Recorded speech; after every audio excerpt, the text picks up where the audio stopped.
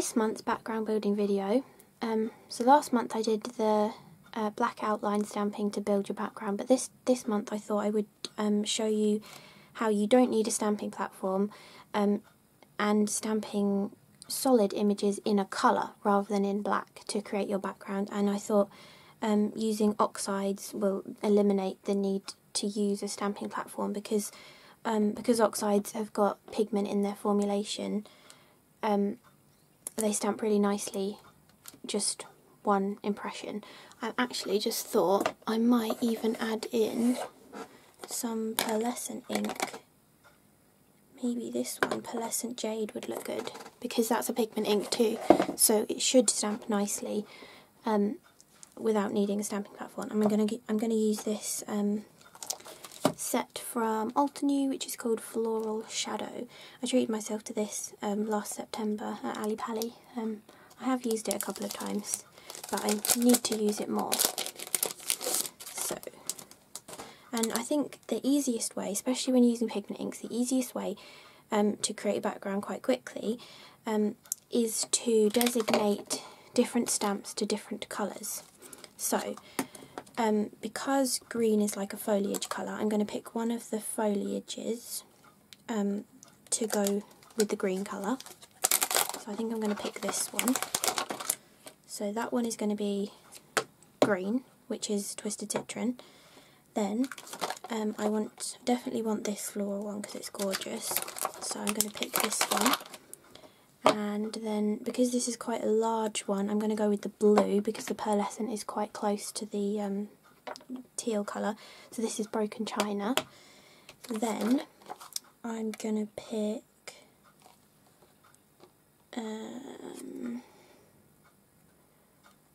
I think I'm going to pick this one to do with the cracked pistachio. Bits of baby wipe fluff on these. And then for the pearlescent colour, because we don't want the pearlescent to overpower our background too much, I think you want to use quite a small stamp, or we could actually use our sentiment. Yeah, that would be good. So I think I'm going to use Thanks You.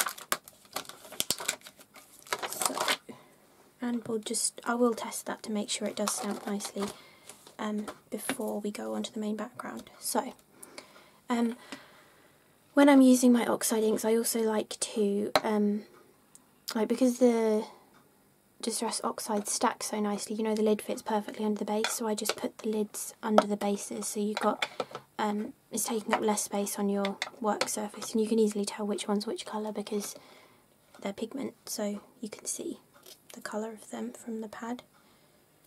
So, and then I'm just going to place the stamps on their respective ink pads, I think. Okay, I'm going to start with the lightest colour. There's no reason behind that, I just tend to start with the lightest colour. And I'm going to add this all over my background, like in a nice visual, I don't know, layout. But I might come back and add some more of this later if I feel that I need to balance out the green a little bit more. So I'm going to go one here, and then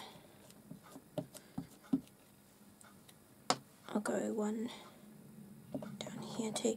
And again, I'm always working on an A6 piece of white card, and then I trim them down with my A2 stitch rectangle die, so I know I'm going to lose a little bit off the top and the bottom. So if I just wanted a hint of another colour peeking in, I'm going to make sure that I make sure the image is in about 1 centimetre, because otherwise I'm probably going to chop it off. Okay, then I'm going to go with the cracked pistachio and this smaller floral image.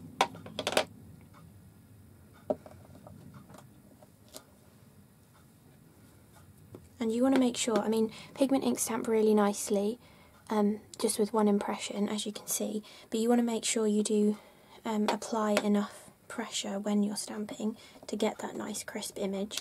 But if you do struggle with applying the pressure. Like, I find my shoulders start to hurt sometimes if I've been stamping too much, so then I would recommend using a stamp positioning tool, because it doesn't matter if you stamp it 10 times to get a good impression, because it's going to stamp in exactly the same place each time.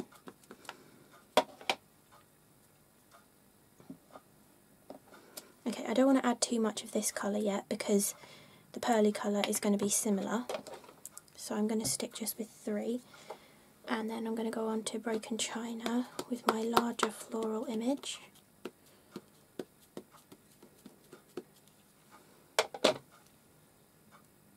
It doesn't look like it's completely covered, so I'm just going to add a bit more and go straight in here.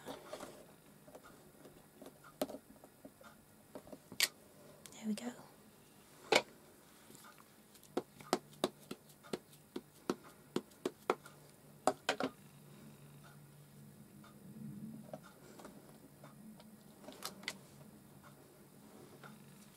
And I think down here it just needs a bit more foliage.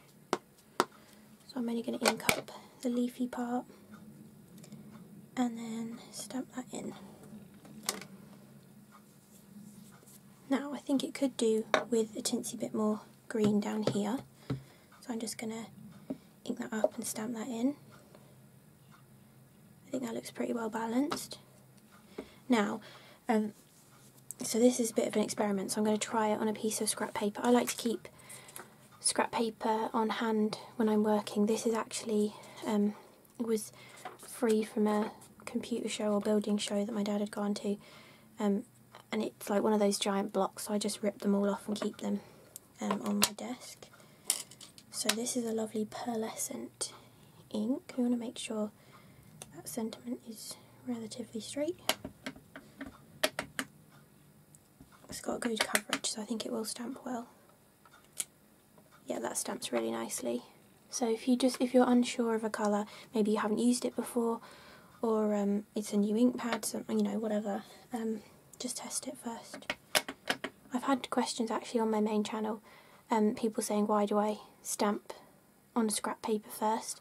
And it's often because I've never used that stamp before, so I want to check that I've inked it up nicely, or sometimes when you're using a cheaper stamp like a magazine freebie or something, if you're used to using like good quality photopolymer ones like the Altenew ones, and then you go to use a cheaper stamp, sometimes they're less stable, so they're more wiggly, so if you press too hard on them you'll get a really splodgy image, so that's why I like to stamp on scrap paper first. Okay, so I'm just going to add this in a few places. Now, some of the oxide has picked up on here, so I'm just going to stamp that off to make sure I don't contaminate my ink pad too much. And this is going to be subtle, you know, this isn't going to be our main, well, it is the main sentiment of the card, but we're going to add it, when I would finish this card I would add it again.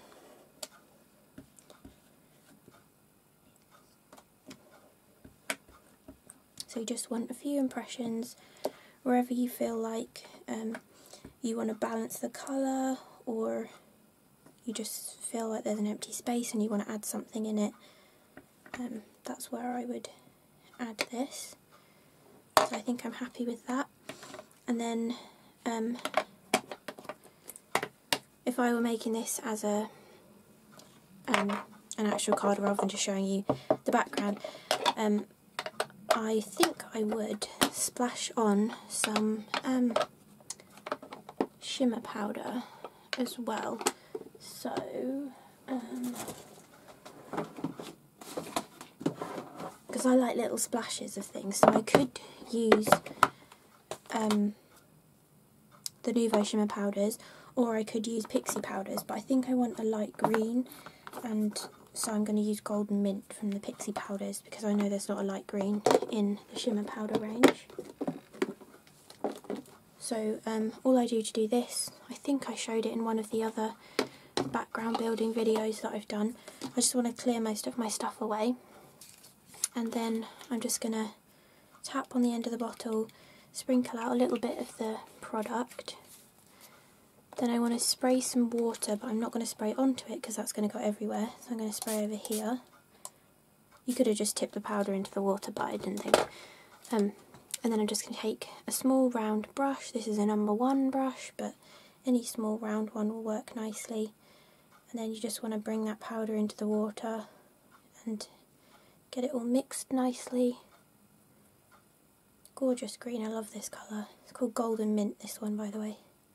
And then all you do is load up the brush with the watered down Pixie powder, and then I just hold it quite near the end, and then I tap with my index finger just to get some nice splashes on here.